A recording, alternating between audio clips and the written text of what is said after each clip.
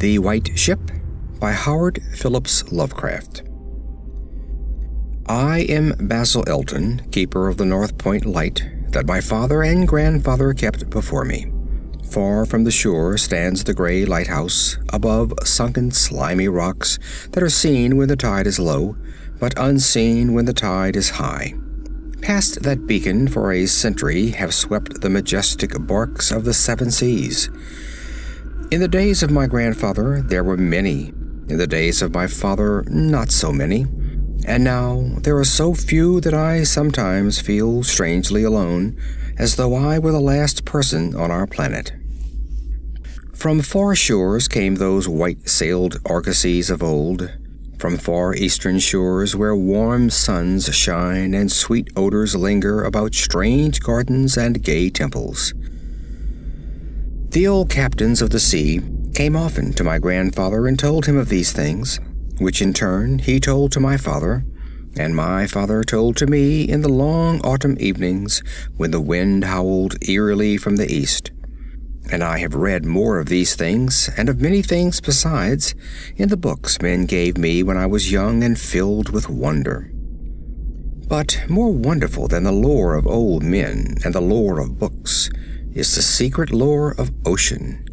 Blue, green, gray, white, or black, smooth, ruffled, or mountainous, that ocean is not silent. All my days have I watched it and listened to it, and I know it well. At first it told me only the plain little tales of calm beaches and near ports, but with the years it grew more friendly and spoke of other things, of things more strange and more distant in space and in time. Sometimes at twilight, the gray vapors of the horizon have parted to grant me glimpses of the ways beyond. And sometimes at night, the deep waters of the sea have grown clear and phosphorescent to grant me glimpses of the ways beneath.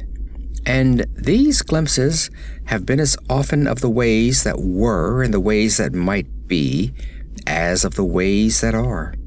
For ocean is more ancient than the mountains, and freighted with the memories and the dreams of time. Out of the south it was that the white ship used to come when the moon was full and high in the heavens.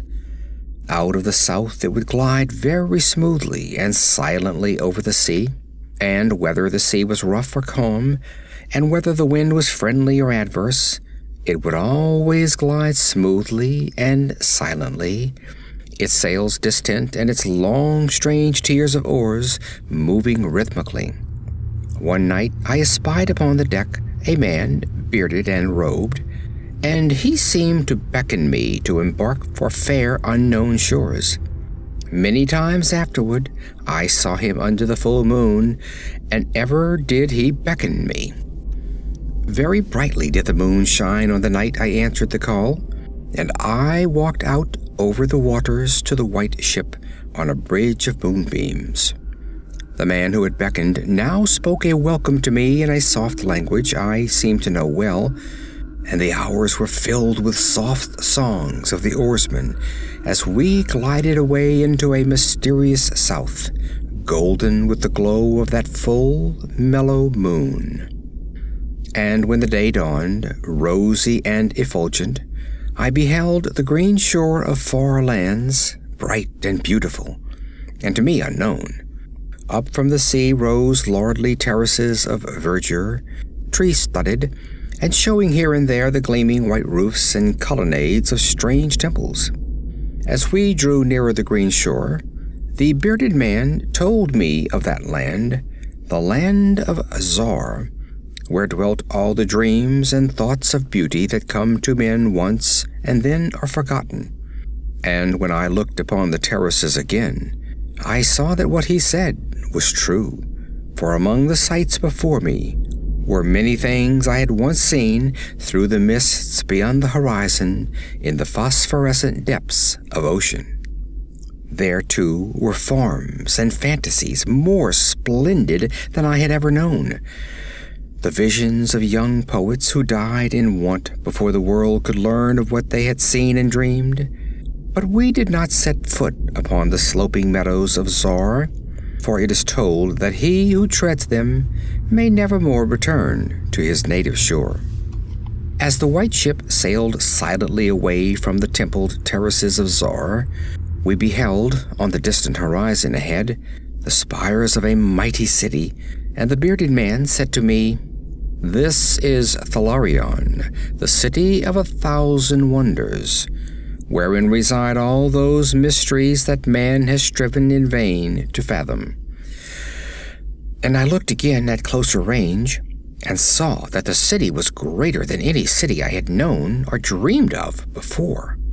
Into the sky the spires of its temples reached, so that no man might behold their peaks, and far back beyond the horizon stretched the grim gray walls, over which one might spy only a few roofs, weird and ominous, yet adorned with rich friezes and alluring sculptures. I yearned mightily to enter this fascinating yet repellent city, and beseeched the bearded man to land me at the stone pier by the huge carven gate Akariel. But he gently denied my wish, saying, "Into Thalarion, the city of 1,000 wonders, many have passed, but none returned. Therein walk only demons and mad things that are no longer men, and the streets are white with the unburied bones of those who have looked upon the Eidolon Lathi that reigns over the city." So the white ship sailed on past the walls of Thalarion, and followed for many days a southward flying bird, whose glossy plumage matched the sky out of which it had appeared. Then came we to a pleasant coast, gay with blossoms of every hue, where as far inland as we could see basked lovely groves and radiant arbors beneath a meridian sun. From bowers beyond our view came bursts of song and snatches of lyric harmony, interspersed with faint laughter, so delicious that I urged the rowers onward in my eagerness to reach the scene. And the bearded man spoke no word, but watched me as we approached the lily-lined shore. Suddenly a wind blowing from over the flowery meadows and leafy woods brought a scent at which I trembled. The wind grew stronger, and the air was filled with the lethal charnel odor of plague-stricken towns and uncovered cemeteries. And as we sailed madly away from that damnable coast, the bearded man spoke at last, saying, "This is Ixora, the land of pleasures unattained." So once more the white ship followed the bird of heaven, over warm, blessed seas, fanned by caressing aromatic breezes. Day after day and night after night did we sail, and when the moon was full, we would listen to soft songs of the oarsmen, sweet as on that distant night when we sailed away from my far native land. And it was by moonlight that we anchored at last in the harbor of Sonya Nil, which is guarded by twin headlands of crystal that rise from the sea and meet in a resplendent arch. This is the land of fancy, and we walked to the verdant shores upon a golden bridge of moonbeams. In the land of Sonya Nil there is neither time nor space, neither suffering nor death, and there I dwelt for many aeons. Green are the groves and pastures, bright and fragrant the flowers, blue and musical the streams, clear and cool the fountains, and stately and gorgeous the temples, castles, and cities of Sonya Nil. Of that land there is no bound, for beyond each vista of beauty rises another more beautiful. Over the countryside and amid the splendor of cities can move at will the happy folk of whom all are gifted with unmarred grace and unalloyed happiness. For the aeons that I dwelt there, I wandered blissfully through gardens where quaint pagodas peep from pleasing clumps of bushes, and where the white walks are bordered with delicate blossoms.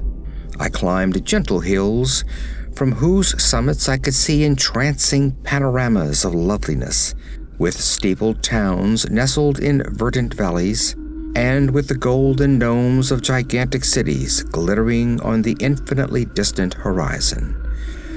And I viewed by moonlight the sparkling sea, the crystal headlands, and the placid harbor wherein lay anchored the white ship. It was against the full moon one night in the immemorial year of Tharp that I saw outlined the beckoning form of the celestial bird, and felt the first stirrings of unease. Then I spoke with the bearded man, and told him of my new yearning to depart for remote Cathuria, which no man has seen, but which all believe to lie beyond the basalt pillars of the west. It is the land of hope, and in it shine the perfect ideals of all that we know elsewhere, or at least so men relate. But the bearded man said to me, "Beware of those perilous seas wherein men say Cathuria lies. In Sanya Nil there is no pain nor death, but who can tell what lies beyond the basalt pillars of the west?" Natheless, at the next full moon, I boarded the white ship, and with the reluctant bearded man, left the happy harbor for untraveled seas. And the bird of heaven flew before me, and led us toward the basalt pillars of the west. But this time, the oarsmen sang no soft songs under the full moon. In my mind, I would often picture the unknown land of Cathuria, with its splendid groves and palaces, and would wonder what new delights there awaited me. Cathuria, I would say to myself, is the abode of gods, and the land of unnumbered cities of gold. Its forests are of aloe and sandalwood, even as the fragrant groves of Cameron. And among the trees flutter gay birds sweet with song. On the green and flowery mountains of Cathuria stand temples of pink marble, rich with carven and painted glories, and having in their courtyards cool fountains of silver, where purl with ravishing music the scented waters that come from the grotto-born river Narg. And the cities of Cathuria are cinctured with golden walls, and their pavements are also of gold. In the gardens of these cities are strange orchids and perfumed lakes whose beds are of coral and amber. At night, the streets and the gardens are lit with gay lanthorns fashioned from three-colored shell of the tortoise, and here resound the soft notes of the singer and the lutenist. And the houses of the cities of Cathuria are all palaces, each built over a fragrant canal bearing the waters of the sacred Narg. Of marble and porphyry are the houses, and roofed with glittering gold that reflects the rays of the sun and enhances the splendor of the city as blissful gods view them from the distant peaks. Fairest of all is the palace of the great monarch Dorib, whom some say to be a demigod and others a god. High is the palace of Dorib, and many are the turrets of marble upon its walls. In its wide halls may multitudes assemble, and here hang the trophies of the ages, and the roof is of pure gold, set upon tall pillars of ruby and azure, and having such carven figures of gods and heroes that he who looks up to those heights seems to gaze upon the living Olympus. And the floor of the palace is of glass, under which flow the cunningly lighted waters of the Narg, gay with gaudy fish not known beyond the bounds of lovely Cathuria. Thus I would speak to myself of Cathuria, but ever would the bearded man warn me to turn back to the happy shores of Sona Nil, for Sona Nil is known of men, while none hath ever beheld Cathuria. And on the 31st day that we followed the bird, we beheld the basalt pillars of the west.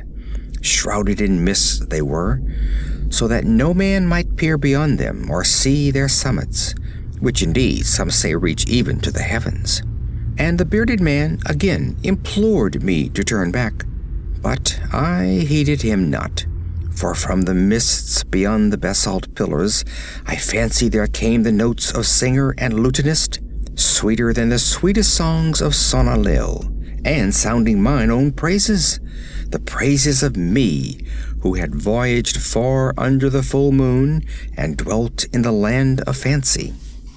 So to the sound of melody the white ship sailed into the mist betwixt the basalt pillars of the west. And when the music ceased and the mist lifted, we beheld not the land of Catharia, but a swift rushing, restless sea, over which our helpless bark was borne towards some unknown goal. Soon to our ears came the distant thunder of falling waters, and to our eyes appeared on the far horizon ahead the titanic spray of a monstrous cataract, wherein the oceans of the world drop down to abysmal nothingness. Then did the bearded man say to me with tears on his cheek, "We have rejected the beautiful land of Sonanil, which we may never behold again. The gods are greater than men, and they have conquered." And I closed my eyes before the crash that I knew would come, shutting out the sight of the celestial bird which flapped its mocking blue wings over the brink of the torrent. Out of that crash came darkness, and I heard the shrieking of men and of things which were not men. From the east tempestuous winds arose and chilled me as I crouched on the slab of damp stone which had risen beneath my feet. Then, as I heard another crash, I opened my eyes and beheld myself upon the platform of that lighthouse from whence I had sailed so many aeons ago.